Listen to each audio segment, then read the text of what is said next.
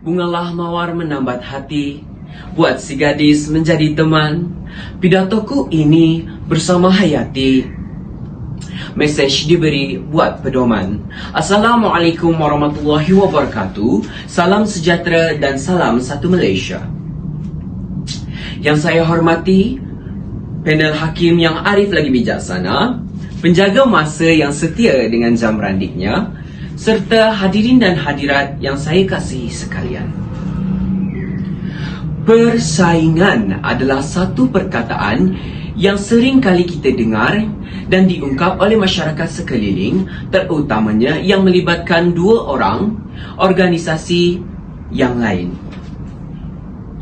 Menurut Kamus Dewan edisi keempat, persaingan sangat sinonim dengan perkataan perbandingan antara satu perkataan dengan perkataan yang lain. Secara dasarnya, tajuk pidato yang akan saya sampaikan pada hari ini adalah persaingan antara bahasa Melayu dan bahasa Inggeris. Umum menjedari bahawa penggunaan bahasa Melayu dalam kehidupan seharian adalah sangat penting dan hal ini perlulah diberi penekanan sejak kecil lagi bagi memperolehi penguasaan penggunaan bahasa yang holistik. Melentur buluh biarlah dari rebungnya adalah peribahasa yang sangat padan dengan situasi masa kini. Penggunaan bahasa Melayu secara dasarnya perlulah diterapkan kepada anak-anak sejak mereka kecil lagi agar mereka boleh aplikasikan dalam kehidupan seharian mereka. Tetapi adakah masyarakat zaman sekarang masih lagi menerapkan bahasa Melayu untuk berkomunikasi dengan anak-anak mereka? Fikir-fikirkanlah. Perubahan zaman secara tidak langsung mengubah landscape dan pertuturan antara manusia. Tidak dinafikan kepesatan teknologi telah menolak kita untuk tersedia dengan perubahan-perubahan tertentu, termasuklah gelombang pendidikan ketiga yang telah termaktub dalam Pelan Pembangunan Pendidikan Malaysia 2013. Dasar yang telah ditetapkan secara amnya menjurus murid bersedia dari segi perubahan corak pendidikan yang lebih maju, termasuklah kepekaan dari segi inovasi dan kreativiti yang sebagaimana perancangan revolusi industri 4.0. Hadirin sekalian, keperluan revolusi industri 4.0 memerlukan kita untuk menggunakan bahasa Inggeris dalam segala aspek kehidupan, baik dari segi pendidikan, pentadbiran maupun industri. Hal ini kerana revolusi industri 4.0 itu sendiri mewakili perubahan asas cara hidup dan bekerja di mana melibatkan pembangunan manusia serta teknologi itu sendiri. Dalam pada itu, SWAP 2014 turut menjelaskan bahawa revolusi industri 4.0 itu ditandai dengan kemunculan superkomputer, robot pintar, kenderaan pengemudi, suntingan genetik serta perkembangan neuroteknologi yang memungkinkan manusia untuk lebih mengoptimumkan fungsi otak mereka. Oleh yang demikian, bersangkutan dengan kenyataan di atas, sudah terang lagi bersuluh bahawa perubahan ini memerlukan manusia itu sendiri untuk mengalami perubahan secara 360 darjah, terutama dari segi kemahiran komunikasi dalam bahasa Inggeris. Jadi tidak heranlah jika masyarakat zaman sekarang lebih mementingkan pengaplikasian bahasa Inggeris berbanding bahasa Melayu itu sendiri. Saya tidak menafikan yang bahasa Inggeris itu sangat penting kerana pada masa kini perubahan teknologi sememangnya memberikan cabaran baharu kepada semua sektor di negara ini dan memerlukan mereka untuk melakukan perubahan seiring dengan transformasi digital itu sendiri. Saya juga percaya bahawa penguasaan individu terutama dalam kalangan murid terhadap bahasa Inggeris itu sendiri boleh meningkatkan mutu serta kualiti modal insan dalam segala aspek.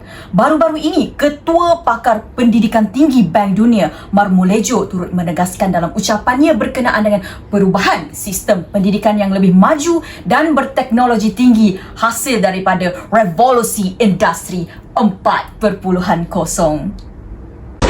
Hadirin sekalian, walau bagaimanapun, penggunaan bahasa Melayu juga perlu diselarikan secara adil dengan bahasa Inggeris agar bahasa Melayu tidak layu di negeri sendiri. Penggunaan bahasa Inggeris yang pesat secara tidak langsung akan melupuskan penggunaan bahasa Melayu dalam jiwa anak-anak muda. Terutamanya, berlakulah penggunaan bahasa rojak setelah bahasa Inggeris itu terlalu diangkat di dunia pendidikan. Contohnya, sering kita dengar anak-anak muda zaman kini selalu menyebut penggunaan bahasa Melayu yang digabungkan dengan penggunaan bahasa Inggeris. Contohnya, guys, teman aku pergi toilet. Kita ternampak dua perkara di situ. Guys dan juga toilet itu merupakan kata dari bahasa Inggeris dan ini menyebabkan berlakunya bahasa rojak.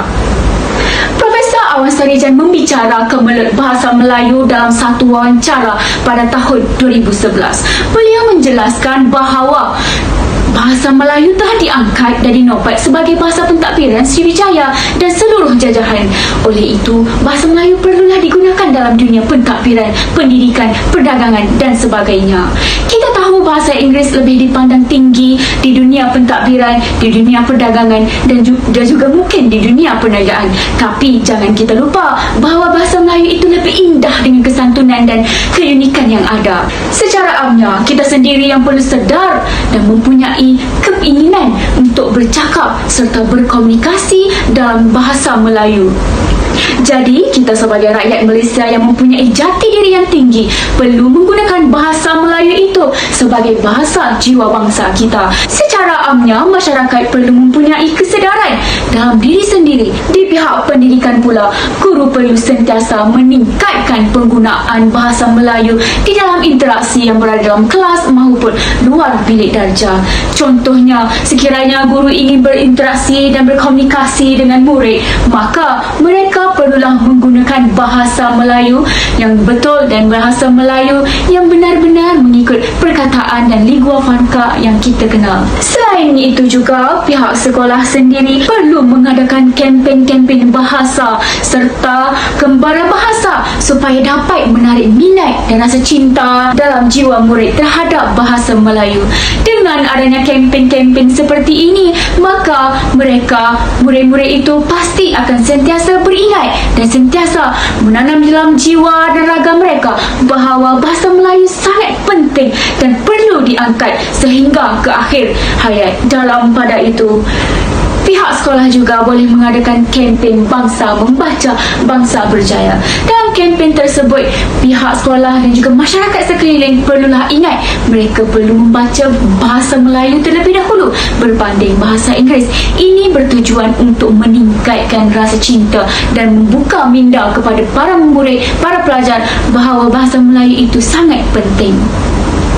Rangkumannya, para hadirin, perlu kita ingat bahawa semua pihak perlu menggalas tanggungjawab dalam menjayakan penggunaan bahasa Melayu ini dan jadilah pengguna yang setia kepada bahasa Melayu.